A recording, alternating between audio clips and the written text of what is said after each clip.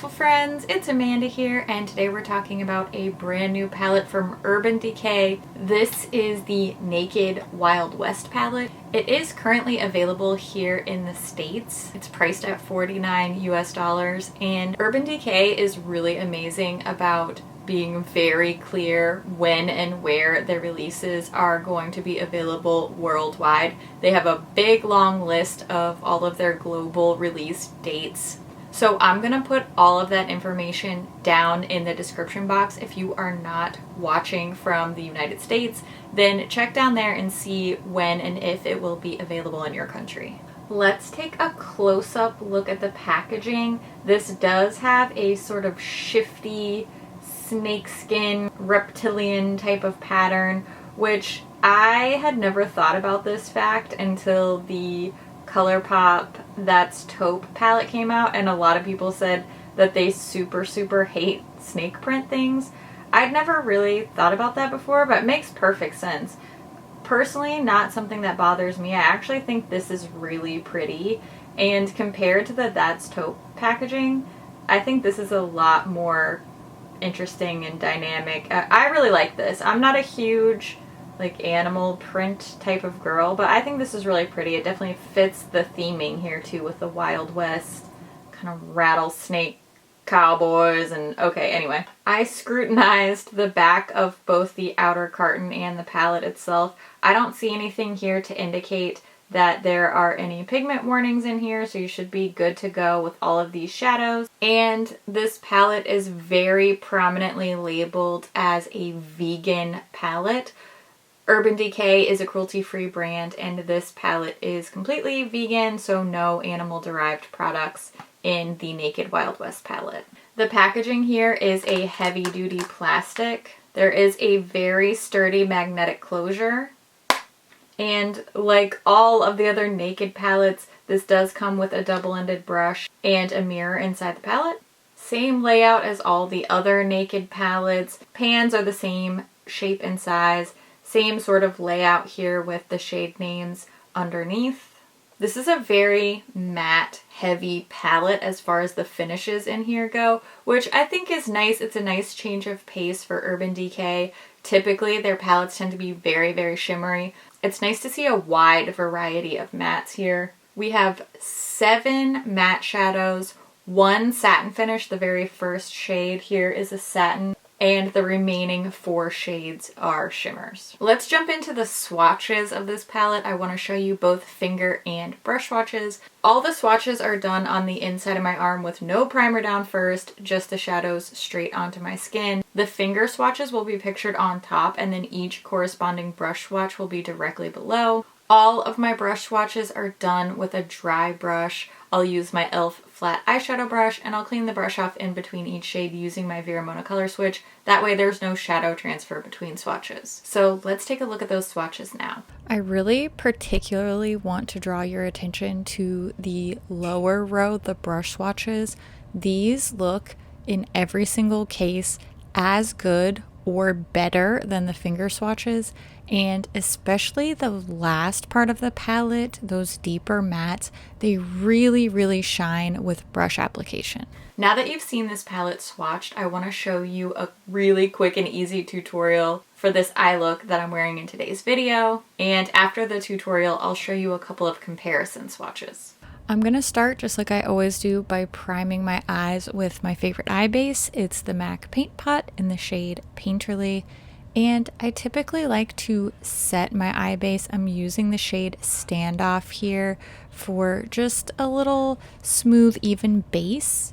Next, I'm using Nudie. This is a soft, very neutral tan color. I think it looks more warm toned in the pan than it actually looks applied to the skin. It's quite a neutral, undertoned, soft brown shade, which makes it really a great transition shade for this palette. Now I'm going with this very deep teal shade called Tex. I'm using a stiff flat brush. I do want to be very precise with this color. It is quite bold, quite dark, and I didn't want it to get too much into my crease. So I'm just very carefully patting that onto the outer half of my lid. And next I'm going to take this silver shimmery shade called Cowboy Rick. I'm going to apply that with my ring finger. I'm not using the shadow dampened or with any special base or anything. I'm just packing it onto the inner part of my lid and just a little bit around my inner corner. Then I'm going to use Bud on my pointer finger, and I'm tapping that right in the center where the silver and the dark teal met. This is sort of blending those two colors together and adding a great spotlight of shine on the center of my lid. Then lastly, I'm going to use a little bit of Laredo. This is the gray matte shade on my lower lash line. Curled my lashes, added my Huda Beauty Legit Lashes mascara, and that's my finished look. This one is really fun. It's definitely color-wise a little bit out of my comfort zone. Teal, green, blue, silver are not my typical colors, but this look was super easy to achieve. I can't believe how much I love this look, and honestly, as somebody who's not a big blue, green, teal, silver girl, I think this is really flattering, really fun, and really pretty. I do want to show you a few quick comparisons with this Naked Wild West palette. There were two palettes that immediately jumped to mind for me. That was the NARS Cool Crush palette and the Dream Street palette from ColourPop in collaboration with Kathleen Lights. As soon as I even saw photos of this Wild West palette, those were the first two that popped into my mind, so I'm definitely going to show you those comparisons. Then I had two other palettes that people were mentioning pretty often on my Instagram post, so I have 4 little comparisons here for you, and then I'll wrap up all my thoughts at the end. NARS Cool Crush was the first palette I thought of, especially once I saw this Wild West palette in person. As you can see, the color story is very similar. You could get some similar looks here, but when it comes to one-to-one dupes, there aren't as many as I personally expected, and I think the theme we're going to see throughout these comparisons, definitely the same case here with the Dream Street palette, is the main divergence from previous palettes are the more gray shades. Cool Crush, Dream Street, and the next palette we're going to look at, the Salvaje palette, all have a lot more warm leaning neutrals, a lot more orangey, peachy, very, very deep red type of colors that Wild West is really not bringing to the table. Wild West has Laredo and Pony Up, those two more grayish matte colors. Someone online suggested I compare to the Born to Run palette. I would never have thought of this one, but as you can see, it's probably the closest comparison-wise. Some of the finishes are different, but the colors are pretty darn close. Pretty darn close to being the same. This palette really surprised me. When I first saw images of this palette online, those first marketing images that came out, I didn't really think too much of this palette. It's so much richer and just more interesting in person than it looks in those original photos. I don't know what is up with brands. This is not just Urban Decay. I'm not singling them out. Pretty much every brand does it. Some of their marketing images are just so blown out, bright lights. It makes the products look really washed out and really flat. And based on the comparison swatches, I mean, you saw them. This does have some very, very similar colors to a handful of other palettes. It's not really surprising to me that I do really like this because those comparison palettes are some of my favorites. The NARS Cool Crush palette was in my 2020 favorites. The Dream Street and Salvaje palettes from ColourPop have remained on the top of the list for me, despite literally having probably 100 plus ColourPop palettes. Those are still two of my top favorites, so it's not really that much of a stretch for me once I see how similar this is to some of my other favorites. The shadow quality seems really, really consistent. I'm especially impressed with the matte shades, particularly these deeper matte shades. They're not so soft that they're crumbly and hard to work with, but they're not so stiff that you can't get a really nice bright opacity out of them. They swatch well, they apply well to the eye, they wear well. I'm not having issues with fallout. Even with the darker shades, they seem to stay put on the eye. They're easy to blend, they stay true to color.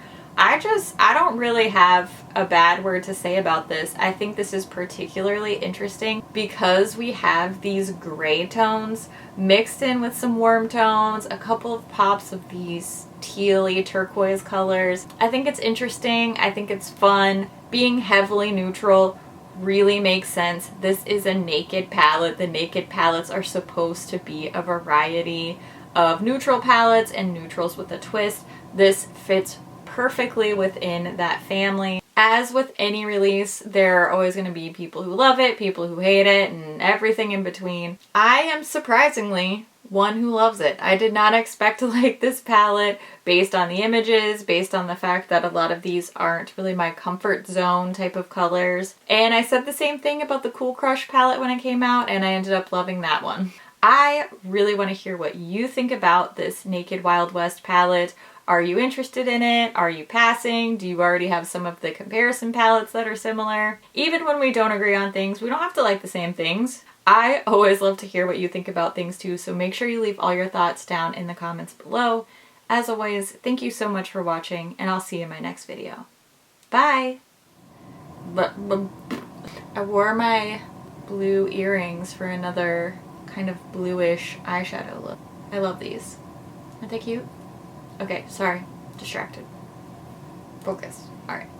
I just have eyeshadow and mascara all over my hands. Pretty much constantly.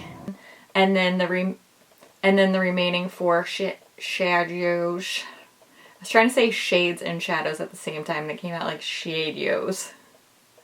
That's not a word. Don't know if you knew that. Now that you've seen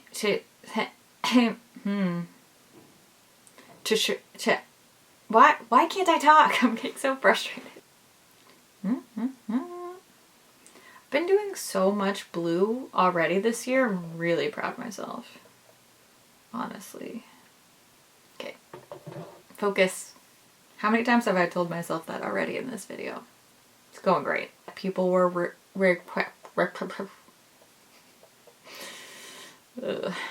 and so many products look richer and brighter and more interesting in person than they do in these marketing images. I don't know why. I don't know why. Side note, that also really sucks as somebody who's posting images and swatches, because then people compare my pictures to those marketing images and they don't look the same because the marketing images are so just blown out and overexposed, and then people think that my pictures are like bad and tampered with when mine look more like what the product looks like in real life. Okay. Sorry, I just had to vent that out for a second. Okay, I'm good. Help me have words. Can you talk?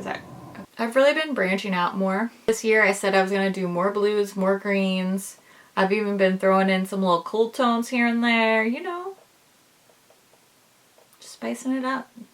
Variety is the spice of life. Okay, that's it. I got some other stuff I gotta film. But I hope that you're having a good day. Do you need a hug? Do you? Okay, come here. Come on. Everybody needs a hug. Alright, there you go. Oh. Okay, I hope that wasn't too awkward. And if it was, then I am sorry for who I am as a person, and I love your face, no matter what. Okay, talk to you soon. Okay, bye.